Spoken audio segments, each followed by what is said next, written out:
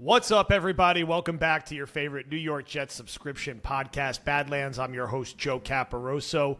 Back on the feed. It's been the first time in a while. Casey Halpern from our good friends at Profit Exchange. We're going to review Hard Knocks, Episode 2, and we're going to talk about some of the Jets' season-long props that have now been cranked from our fan base in the Discord and on Twitter onto the site, some of which I am very bullish on. Casey, thanks for coming back on. How you doing, my friend? I'm doing well, Joe. Thank you so much for having me. It's always a pleasure to get on with you and riff about our beloved New York Jets. And as you said, I also am pretty bullish on those props. It's been a great community builder, and it's exciting to hear from the people what they want. But we'll touch on that after. But I'm thrilled to be here. Thanks for having me.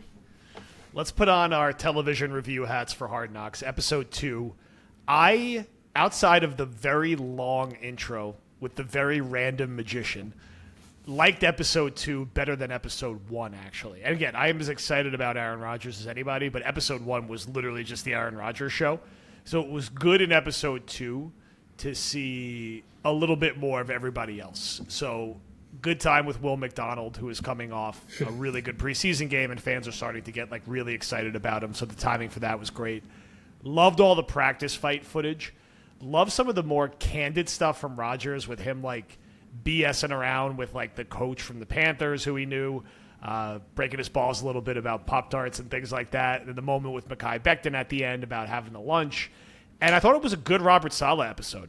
It was good to see him really hit on something we talk about here all the time, the offensive line. And I thought he came across, not that he came across bad in Episode 1, but I liked how he came across in particular in Episode 2, and made some news, really, with how much he called out the offensive line, as he should be. I'm also becoming an increasingly big fan of Jeff Ulbrich, who just has coach chatter down pat. True, ball coach, backwards hat, energy. What did you think about Episode 2? First off, my first remark was going to be, I am a big Jeff Ulbrich fan. When he said, let's go to a dark place to win a game, that riled me up. Really just got me going. And just his intensity he brings to the table, you could really just feel it, even through the TV. But I agree with you. I thought Episode 2, I enjoyed it. I thought it was better than Episode 1. It got some mixed reviews on Twitter, especially from our beat reporters who often have mixed reviews about the Jets, but what can we say there? I enjoyed it. I think you hit on all the right notes. I thought the Oz the Mentalist stuff was pretty good. It was kind of You're a Magic fan. I mean, I didn't know if I was on ayahuasca with Aaron Rodgers, but when that goldfish appeared and then the follow-up about the giraffe, my mind was kind of just blown, when that just came out of nowhere. So that was an interesting start and something I didn't expect. I know there were some teasers out on Twitter before the episode came out, but I tried to not watch any of them, so just went in not knowing what to expect, and my mind was actually blown. Michael Clemens, that guy will go to war on a whim. Yeah, imagine getting in a practice fight with Michael Clemens. That dude was just swinging haymakers. Garrett Wilson had it right. He's I am not messing with that guy. I'm staying as far away as I can. He is just intimidating, even from just watching on TV. Also, the Jet Shop and Fanatics, you need to get the Michael Clemens retro jersey on site, please. I will buy it tomorrow. Ulbrich was great.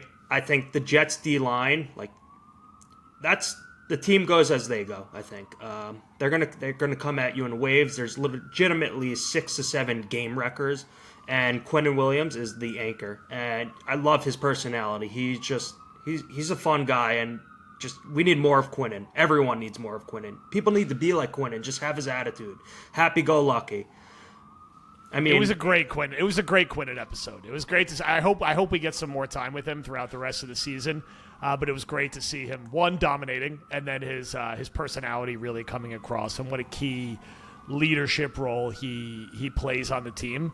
So it was a good Quinnen episode. I'm still waiting to see some Breece Hall recovery, but I like in Episode 2, we got to know a little bit more of the rest of the team, and I hope that continues to be the case. These are what is there? There's 5 episodes total, right? I don't think there's 5. any more than that. So we're kind of halfway done with the season.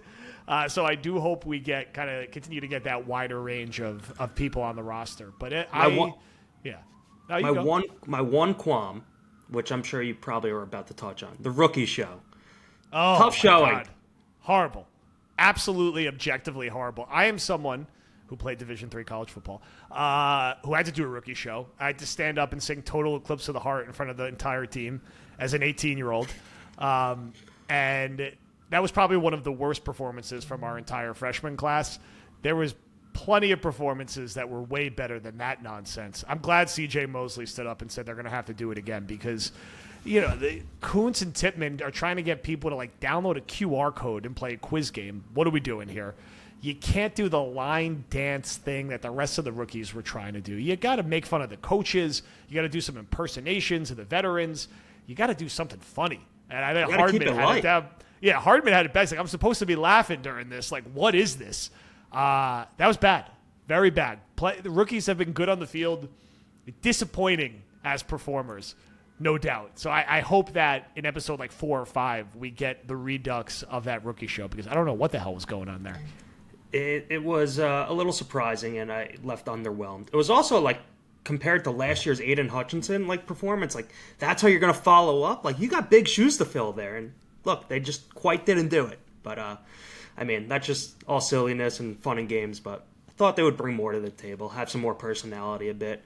You know what my favorite part of the actual episode was? It was a Bob Sala quote. It was, "None of it effing matters until the big boys up front change who the F we are." Because that is 110% correct.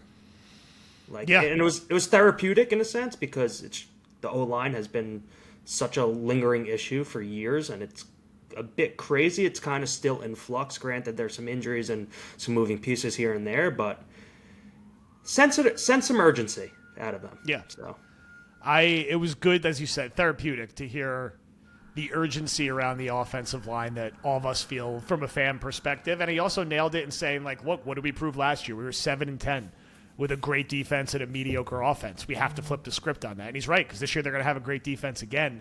And if that offensive line could help the offense, along with Rodgers, of course, not be mediocre, this could be a 10-7 or 11-6 team. I'm sticking at my 11-6 prediction, but that is why you do Hard Knocks. You want those candid moments, and any coach would be coming at the offensive line, coming out of that performance. And we're definitely reaching the point of camp where camp's been going on for too long, and it's over-analysis season, and it's just time to get to the real games.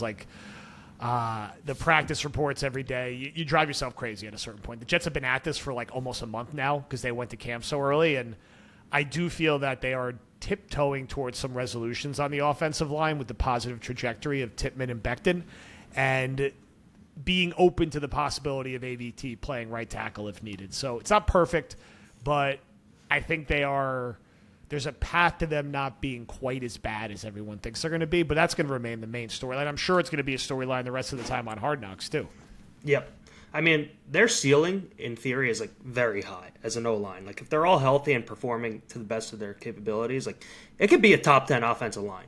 But with injuries and obviously durability concerns with a few guys like Mackay, obviously having a rookie in Joe, it could be a bottom 10. There's so much variance there.